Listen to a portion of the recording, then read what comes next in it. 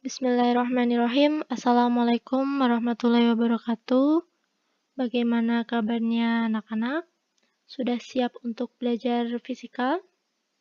Ya, pada pertemuan kali ini kita memasuki bab baru, yaitu bab kedua tentang elastisitas.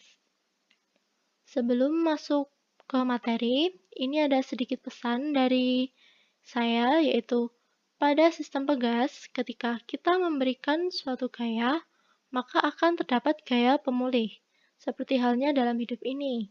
Apa yang telah kita perbuat nantinya akan kembali ke diri kita masing-masing. Oke, lanjut ke submateri yang akan kita pelajari. Pada materi ini ada dua sub, yaitu yang pertama elastisitas zat padat, kemudian hukum Hooke.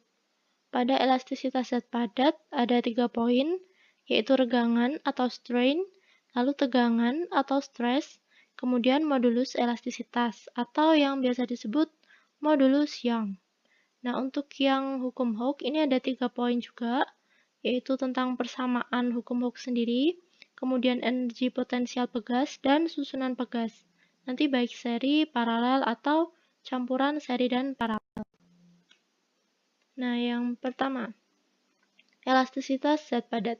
Nah, untuk yang pertama ini kita akan mempelajari tentang sifat-sifat bahan.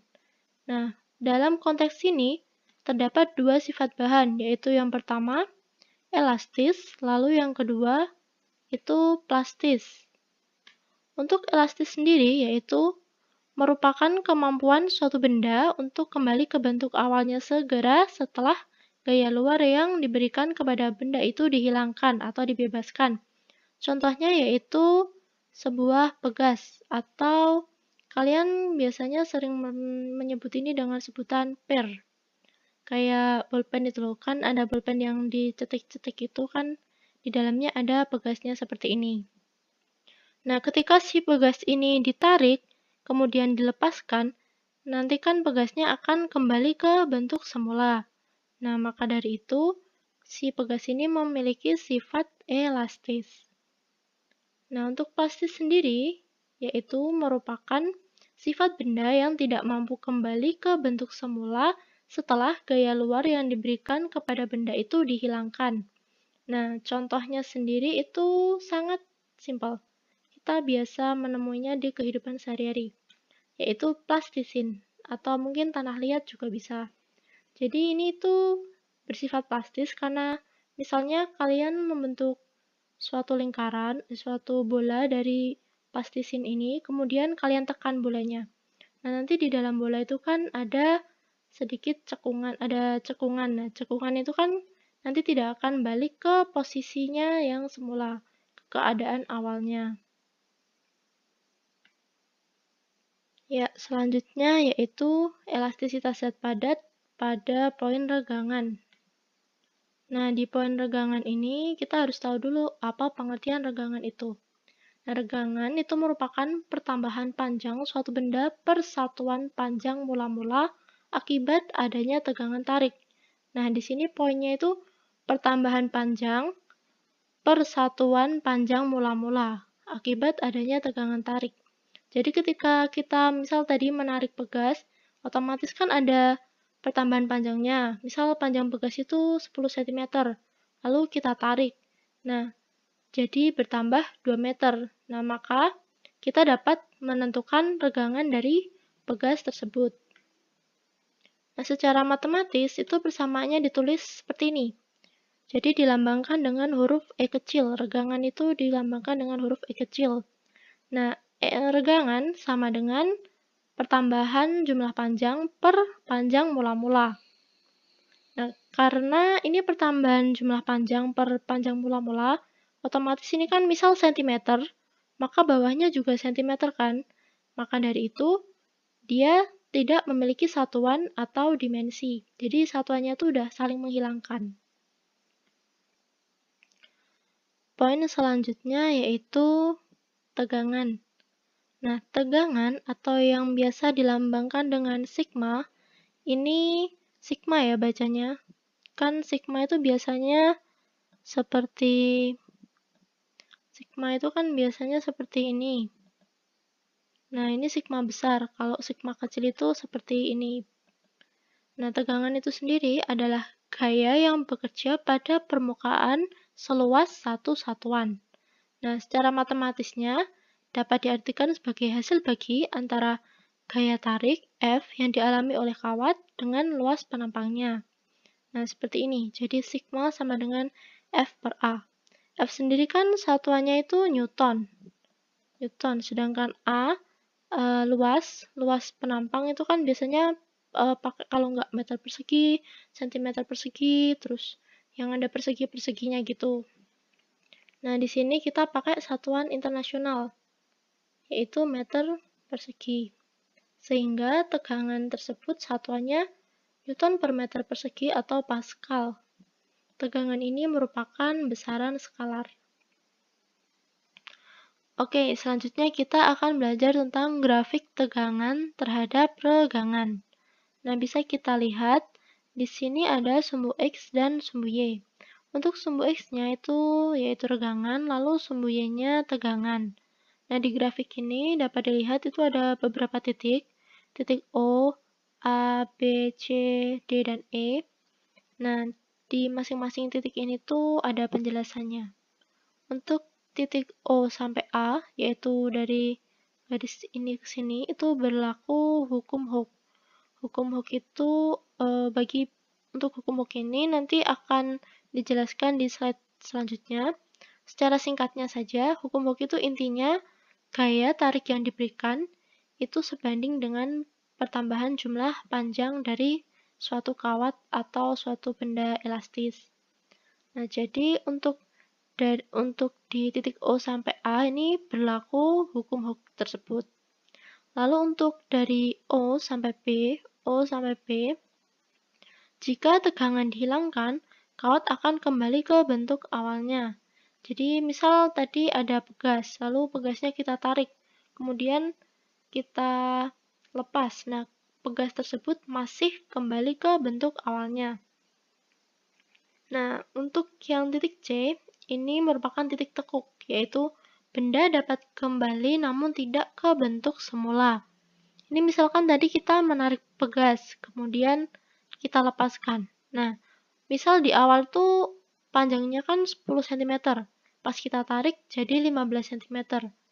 Tapi pas kita lepaskan, itu dia jadinya 12 cm, jadinya si pegas itu tidak dapat kembali ke bentuk semula atau udah berubah tapi nggak terlalu berubahnya itu tidak terlalu signifikan. Nah, untuk yang di titik D itu benda tidak dapat kembali ke bentuknya semula atau perubahannya itu permanen. Nah, di sini tuh bendanya misal ditarik, tapi selesai ditarik itu dia nggak kembali ke bentuk semula, tapi dia tetap di kondisi pas ditarik itu. Jadi misal tadi 10 cm, lalu ditarik, itu jadi 15 cm. Nah, pas dilepas, itu tetap 15 cm. Jadi dia kayak nggak balik ke kondisi awal. Kalau yang C tadi kan masih balik, tapi sedikit berbeda. Kalau yang D ini udah benar-benar balik, udah benar-benar nggak bisa balik. Nah, untuk yang E, ini kawatnya akan patah. Jadi, di sini tuh titik patah. Ketika ditarik, maka kawatnya langsung jadi dua bagian. Nah, itulah makna dari masing-masing titik ini. Nah, di sini kan ada deformasi elastis dan deformasi plastis. Nah, untuk deformasi elastis ini tuh maksudnya perubahan bentuk yang elastis. Jadi, ketika diberi gaya, benda akan kembali ke bentuknya semula. Nah, untuk yang deformasi plastis ini, ketika diberi gaya, bendanya tidak akan kembali ke bentuk semula. Itulah bedanya dari dua bagian ini. Ya, selanjutnya modulus elastisitas. Modulus elastisitas atau yang sering disebut modulus Young merupakan perbandingan antara tegangan ini dengan regangan yang dialami oleh suatu bahan. Nah, kan bisa dilihat ya secara matematis. Namanya kan perbandingan, jadi langsung. Ini sigma per E kecil. Nah, ini jika dijabarkan, sigma tadi kan F per A. Lalu E kecil kan delta L per LO. Nah, kalau pecahan kan ketika dibagi itu sama dengan dikali kemudian dibalikkan. Jadi, sebentar. Nah, jadi kan harusnya gini. F per A dibagi delta L per LO.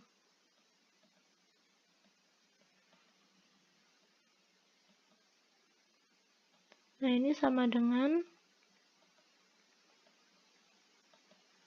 F per A dikali dengan LO per delta L. LO per delta L. Delta L. Nah, jadinya persamaan yang seperti ini. Nah, satuan dari modulus elastisitas itu sendiri yaitu sama dengan tegangan tadi, yaitu Newton per meter persegi atau Pascal. Nah, modulus elastisitas ini itu bergantung dengan jenis zatnya. Jadi, semacam massa jenis. Jadi kan kalau kawat kan ada yang dari besi, ada yang dari aluminium. Nah, modulus elastisitas kedua bahan tersebut itu beda. Jadi tergantung jenisnya, jenis besi atau jenis aluminium. Nah, kemudian modulus elastisitas itu tidak bergantung dengan ukuran atau bentuknya.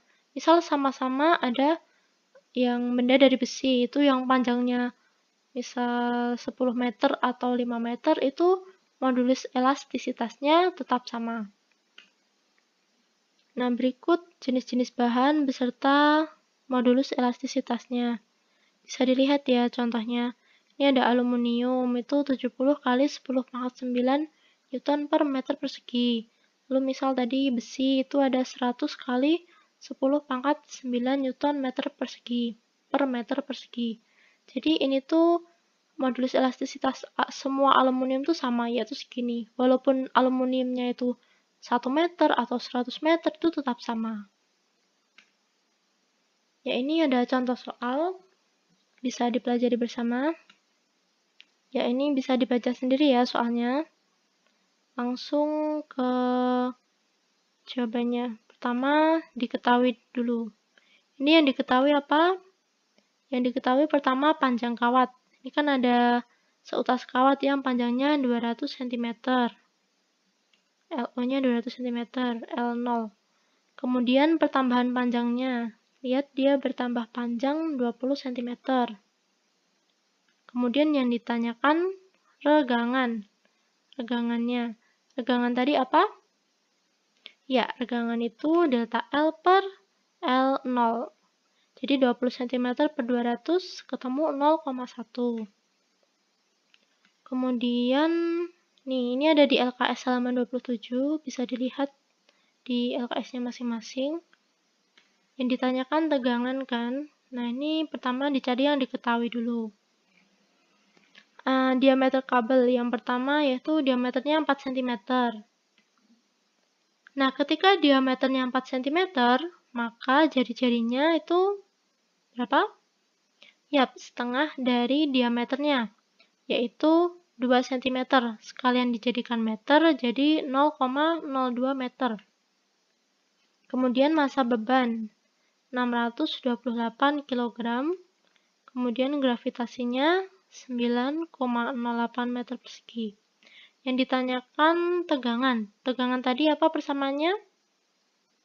Yap, F per A, area. Nah, seperti ini. F itu kan gaya. Gayanya di sini dia gaya berat, M kali G. M, G langsung disubstitusikan. Lalu A, dia kan kabel. Kabel kan bentuknya lingkaran. Jadi luasannya pi r kuadrat. 3,14 kali 0,02 meter. Ini dihitung ketemu seperti ini. Oke, lanjut ke yang ini masih di LKS halaman 27, tapi tentang modulus elastisitas. Ini ya, bisa dibaca sendiri soalnya.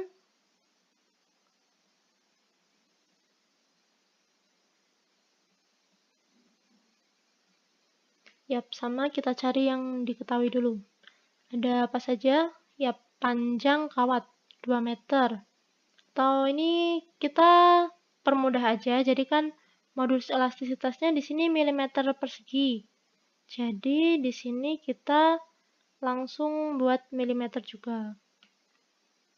Nah, luas penampangnya kan nih, lalu bisa dihitung. Untuk kenapa ini luas penampangnya P kali L, ini bisa dilihat ya, batang besi. Jadi ibaratin batangnya persegi panjang. Lalu langsung dicari seperti ini. Kemudian modulus elastisitas, lalu gaya tariknya diketahui 40 Newton, yang ditanyakan pertambahan panjang. Nah, yuk kita pertama ini dulu mengingat persamaan modulus elastisitas. Persamaannya kan seperti ini. F kali L 0 per A kali delta L. Nah, jika delta L-nya itu dipindah ruas ke sini, kan jadi FL0 per A kali E. Nah, setelah itu tinggal dimasukkan angka-angkanya, kemudian ketemu 0,1 mm. Nah, itu tadi tentang subbab pertama. Sekarang kita coba sedikit masuk ke subbab kedua, yaitu hukum Hooke. Ya, kita akan mempelajari tentang hukum Hooke dulu. Hukum Hooke ini tuh ditemukan oleh Robert Hooke. Nah, bunyi hukum Hooke sendiri yaitu jika gaya tarik tidak melampaui batas elastisitas pegas, pertambahan panjang pegas berbanding lurus atau sebanding dengan gaya tariknya. Ya, ini bisa dibaca diulang lagi untuk lebih paham, agar lebih paham. Nah, ini contohnya ya. Ketika suatu pegas itu ditarik, tapi menariknya itu tidak melampaui batas elastisitas pegas. Jadi kalau yang di grafik tadi itu dia tidak melampaui titik B. Jadi di antara titik O sampai titik B itu nanti panjang pertambahannya itu sebanding. Misal nariknya 10 Newton, itu pemanjangannya nanti 10 cm. Kalau nariknya 20 Newton, nanti panjangnya bisa 20 cm. Jadi semakin panjang, semakin besar gayanya, maka jumlah pertambahan panjangnya juga semakin panjang. Ya, semakin besar. Nah, ini keterangannya ya, FK sama delta X. Lalu di sini. Nah, pada hukum Hooke ini dikenal istilah gaya pemulih. Nah, gaya pemulih itu apa sih? Gaya pemulih itu gini, misal tadi kita kan menarik pegas. Ini ditarik ke bawah kan. Nanti otomatis ketika kita lepas, pegasnya akan ke atas lagi. Jadi itu dia memiliki gaya pemulih. Nah, gaya pemulih ini itu besarnya sama dengan gaya tarik, tapi yang membedakan arahnya. Kalau gaya tarik kan di arahnya ke misal keluar. Nah, ketika dia berlaku gaya pemulih, maka arahnya itu ke dalam. Ini kan ditarik keluar lalu ke dalam, keluar ke dalam gitu. Nah, ini juga berlaku ketika misal kita nggak menariknya tapi menekan. Ketika kita menekan, kita memberikan gaya ke arah dalam. Nah, kemudian gayanya itu akan menimbulkan gaya pemulih yang arahnya ke arah luar. Nah, berikut tadi yang tentang hukum Hooke. Ya, ini akhir dari pertemuan kali ini. Jadi, sampai hukum Hooke dulu, dilanjutkan di pertemuan ke depan. Jangan lupa mengerjakan soalnya. Selamat belajar. Wassalamualaikum warahmatullahi wabarakatuh.